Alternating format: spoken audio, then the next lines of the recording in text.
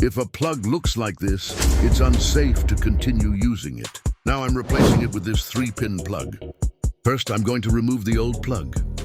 But before we continue, please like and subscribe for more electrical tips.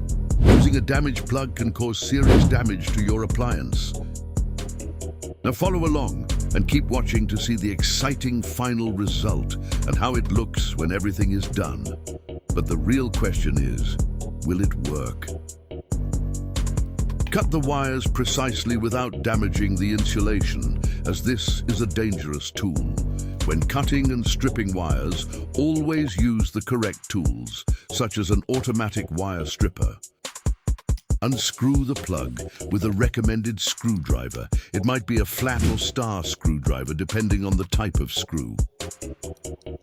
As you continue watching, let's break down the essential steps for wiring a plug safely and correctly. 1. Strip end of wires perfectly. 2. Tighten cable clip screws to prevent loosening.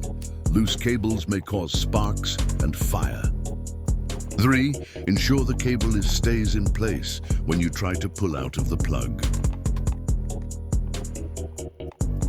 Now the plug is connected perfectly and ready to be tested. As you can see, it's simple. You can do it yourself without needing an electrician. Just make sure you carefully follow the procedures I've shown in the video. Safety always comes first.